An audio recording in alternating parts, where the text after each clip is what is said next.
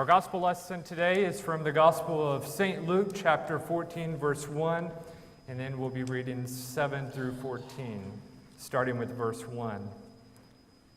On the occasion when Jesus was going to the house of a leader of the Pharisees to eat a meal on the Sabbath, they were watching him closely. Then starting with verse 7, when he noticed how the guests chose a place of honor, he told them a parable. When you're invited by someone to a wedding banquet, do not sit down at the place of honor in case someone more distinguished than you has been invited by your host. And the host who had invited both of you may come and say to you, give this person your place. And then in disgrace you would start to take the lowest place. But when you are invited, go and sit down at the lowest place, so that when your host comes, he may say to you, friend, move up higher. Then you will be honored in the presence of all who sit at the table with you. For all who exalt themselves will be humbled, and those who humble themselves will be exalted. He said also to the one who had invited him, when you give a luncheon or a dinner, do not invite your friends or brothers or your relatives or rich neighbors, in case they may invite you in return. And then you're being repaid. But when you give a banquet, invite the poor, the crippled, the lame, and the blind, and you will be blessed, because they cannot repay you, for you will be repaid at the resurrection of the righteous. This is the word of God for the people of God.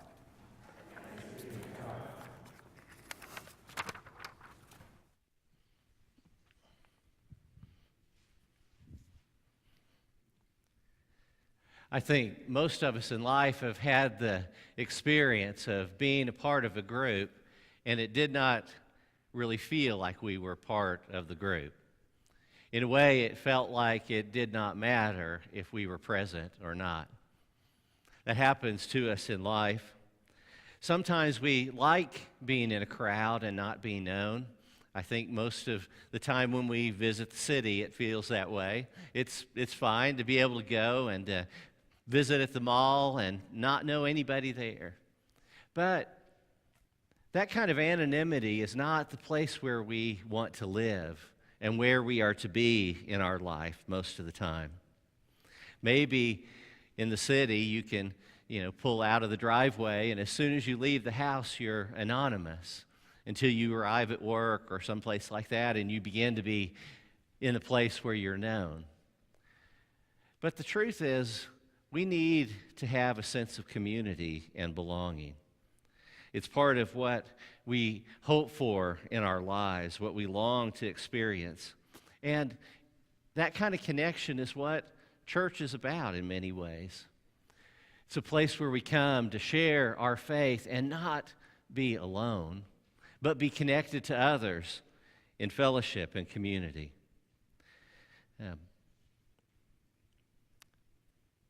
Several years ago, I was driving through a small town. Actually, it was Boise City. You really don't just drive through there. But I was with a friend. We were headed out, believe it or not, out to Black Mesa, and we were going to hike and do some camping there.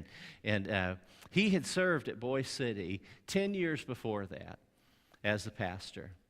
And as we drove into town and were beginning to make our way through, there was a car that saw us, made a U-turn in the middle of the road to follow us to where we stopped, because immediately they recognized Craig in the car, and they wanted to say hi to him. It had been 10 years since he'd been in that community, and yet, as soon as he pulled up into the community, he was known. Small towns are like that. It's kind of the opposite of the big city, where you can get lost. And being a part of a community is something we desperately want and desire for our lives. But sometimes it can feel as if, what's it matter if I'm here or not? Whether I show up. Fred Craddock tells the story of one day he was worshiping at First Disciples of Christ, or First Christian Church in Enid, Oklahoma, and after the service was over, he is cutting through the choir's room. It was a quicker way to get out to the car, and so he headed through the choir room, and there was a lady who had sung in the choir for, he said, it must have been at least 80-something years. She had been a member of the choir, and she was taking her robe off and hanging it up in its regular place, and he said, "Well, how are you doing?" She said, "Well, not so good. I'm hanging it up." And she's hanging her robe up. And he said, "Oh, you're hanging it up." She says, "Yep, I just finally decided. Every Sunday I look out at the congregation and see all those faces looking back. And I just kind of looked at the faces and looked around. And it finally dawned on me, who cares whether I'm here or not? Who cares whether I'm here in the choir or not? So this is it. I'm retiring. This is the last time." And he had a conference he had to go to. He said, "Oh, think it over. You'll feel better about it later. Don't worry about it." And he said, but he went to the conference and he was speaking that day, and it stayed on his mind the whole time. It kept bothering him that she said, "Who cares whether I'm here or not?" That she felt that way. Sometimes we kind of feel that way, don't we? Who cares whether I'm here? Will I even be noticed if I wasn't? I think we like desperately to be a part. He said that it bothered him so much that after he had gone to the meeting, he had stopped and he called her and he said, "Can I come see you?" She says, "Well, if you want to." And he says, "But I want to." And so he came, and he sat down. And he said he taught her a little church history. He said, there are these things that we call the 7 deadly sins in the church. One of those is been translated in history as sloth. It's not really sloth. Sloth sounds like being lazy. He said it comes from the word akadia. And the word akadia, when it's translated, literally means who cares. It's the feeling of giving up, who cares. He said, what you accused us of is of not being the church. If we don't care about you and whether you're here or not, he said, we're not being the church. They visited a little while longer.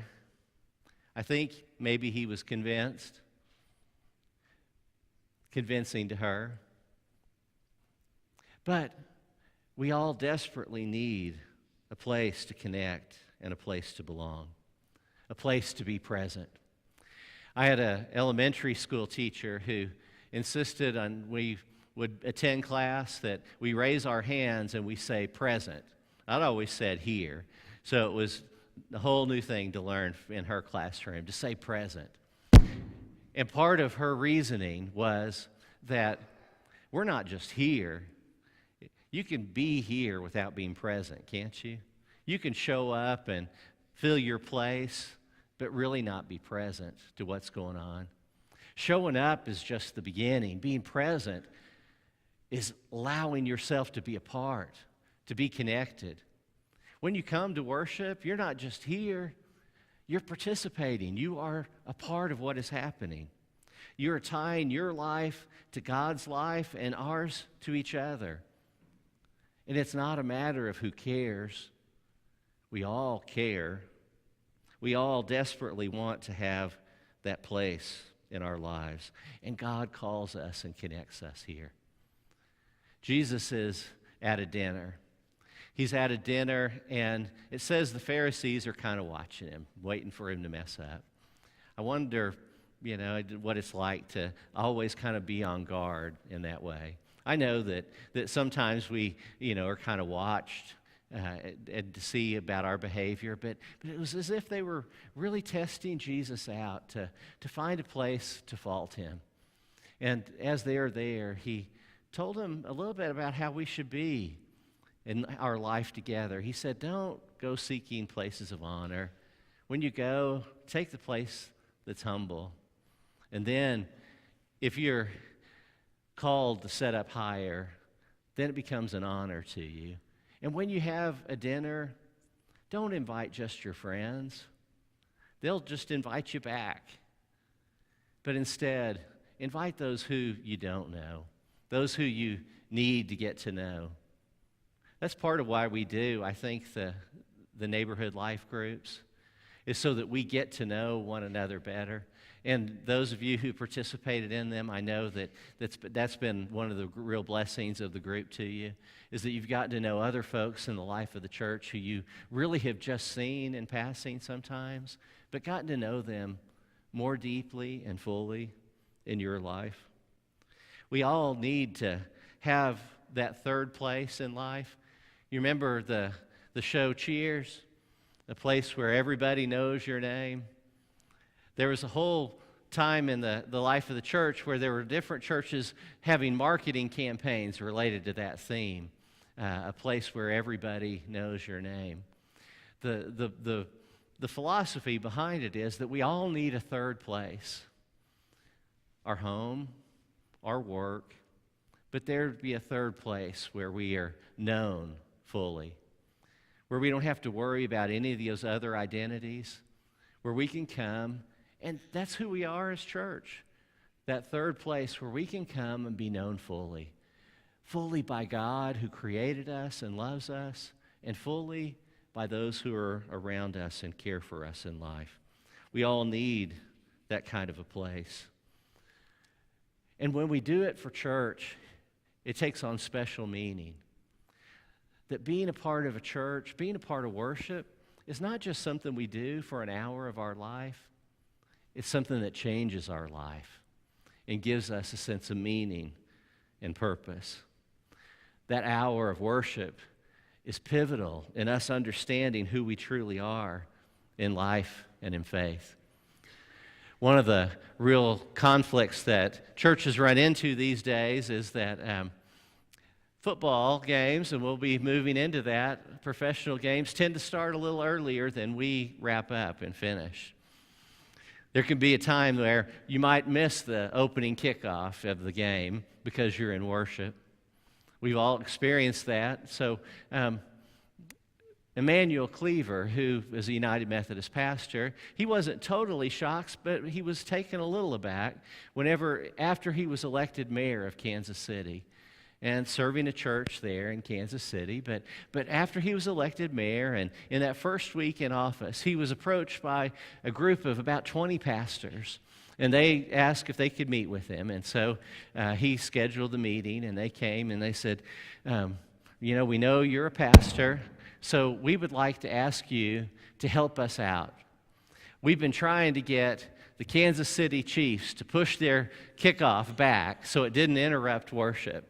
Because, we've got too many people who get worried about making sure they can get to the game on time or watch the game, when they get home. And he just shook his head and he said, I can't do that. He said, it's not because, of my role as a pastor or anything, but do you expect me as a pastor to go to the Kansas City Chiefs and say, those Christians, they're just so wild about their football that they can't handle themselves in worship. They can't take staying in worship because they got to get out and go to football. Do you really expect me as a pastor to say that we value football that much more than we value worship? And yet, sometimes it feels like maybe we do. How do we deal with those conflicts in our lives? Jesus tells us in another place about a man who throws a great party. He's made it one of the big parties of the year. He's been planning it, invited all the guests. Everybody's been given a special invitation to come. But when it comes time for the party, one by one, they've not shown up. They've not come. They've sent in their regrets. They have other things going on that complicate it, make it hard for them to get there. Can you imagine the disappointment? You've gone to all this work and no one shows up. All the preparation and no one is there. It can be quite disappointing to be in that side. In fact, what it says is that this great party thrower, he got angry. He said, well, none of them will get to come to my party. And he went and he invited other people to come in. People who would come and celebrate the party. Folks who would not be so easily dissuaded. People who would make it a priority. People who would come because of the deepest longings and needs of their lives. And at that party, they were welcomed in to celebrate. Maybe it's a bit like that, isn't it? That God gets disappointed with the times that we just kind of mail it in, the times that we don't make it a true priority in our lives. I heard about a church not long ago where the leadership decided their congregation wasn't committed enough. And so do you know what they did? They sent a letter to every member and said, you are no longer a member of the church. Everybody, no longer members. There are no members of this church as of now. But if you would like to be a part of this church, you can do so under these conditions. And they gave conditions for it receiving members back into the church. You have to be willing to come. They said you have to be willing to be in church 3 out of 4 Sundays a month.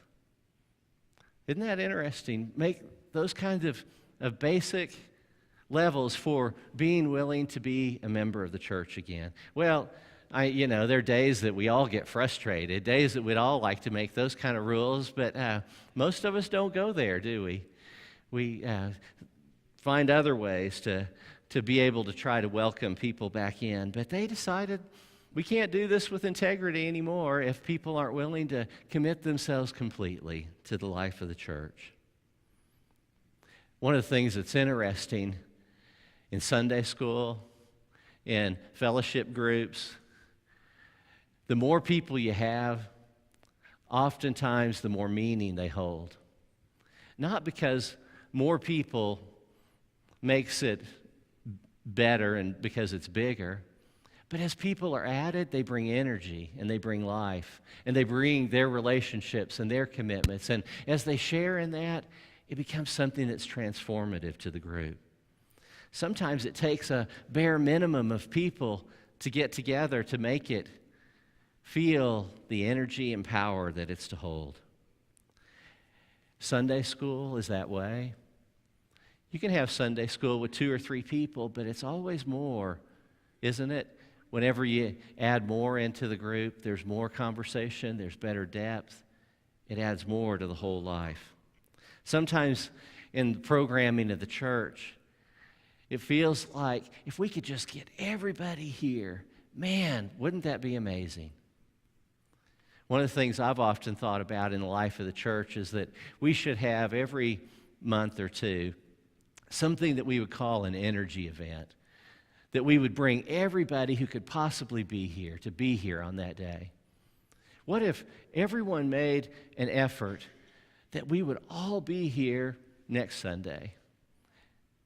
How would it change the dynamic of worship? How would it change our singing? How would it change the encouragement that we feel from one another? It'd be pretty amazing, I think. God is throwing a party. And it's not just any party. It's the no-miss party. You don't want to miss this one. It's a big deal. God is welcoming us and inviting us. And you know what? It's right here, and it's right now. Now is the time of celebration. Now is the time that God is saying, come to the table. I have grace to pour out upon you, to increase your life and your favor. I have so much love that your life will be completely changed. Come, taste my love. Experience the breath of my love for you. God invites us. You sure don't want to miss this one. Amen.